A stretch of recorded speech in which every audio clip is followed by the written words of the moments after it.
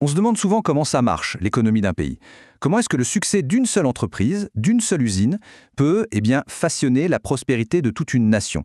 C'est ce lien fascinant entre l'efficacité d'une firme et la puissance économique d'un État qu'on va décortiquer ensemble.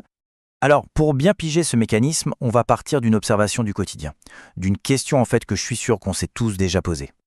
Sérieusement, pourquoi, quand on pense voiture de qualité, on pense Allemagne quasi instantanément?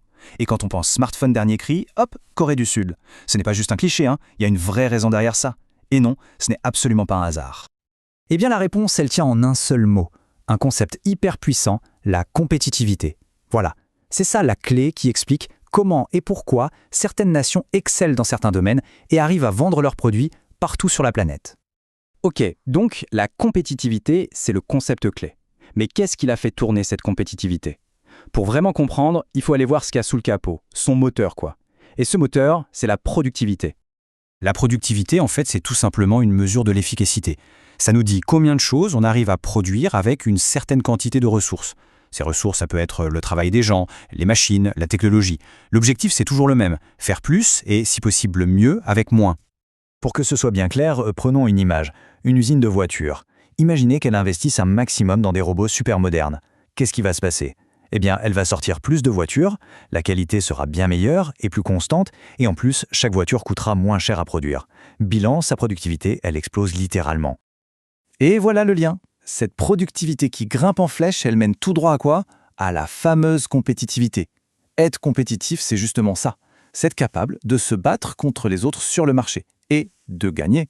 Forcément, une entreprise super productive peut offrir de meilleurs produits et souvent à de meilleurs prix.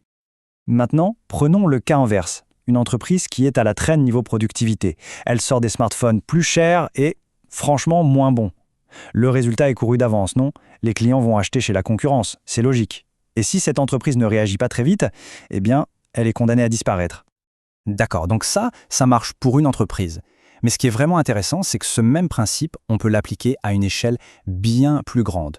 On passe de l'entreprise à la nation tout entière.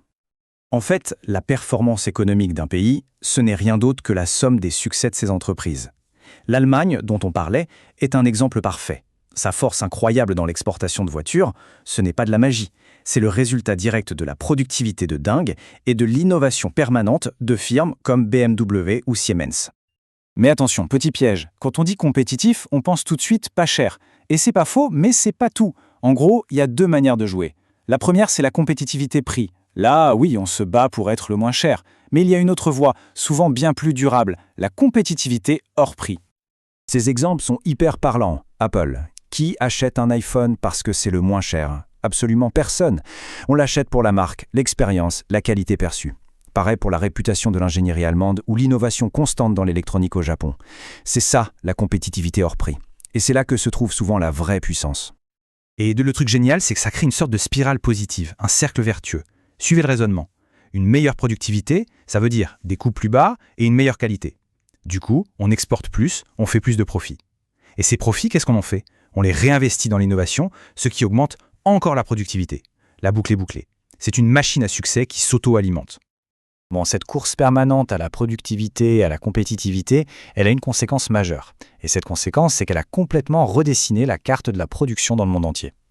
Pour bien comprendre ça, il faut parler de la chaîne de valeur. C'est juste le nom qu'on donne à toutes les étapes de la vie d'un produit. Ça part de l'idée de départ, le design, puis la fabrication des pièces, l'assemblage, le marketing, la vente, tout ça, c'est la chaîne de valeur. Et là, vous me voyez venir? Pour être le plus compétitif possible, qu'est-ce que va faire une entreprise?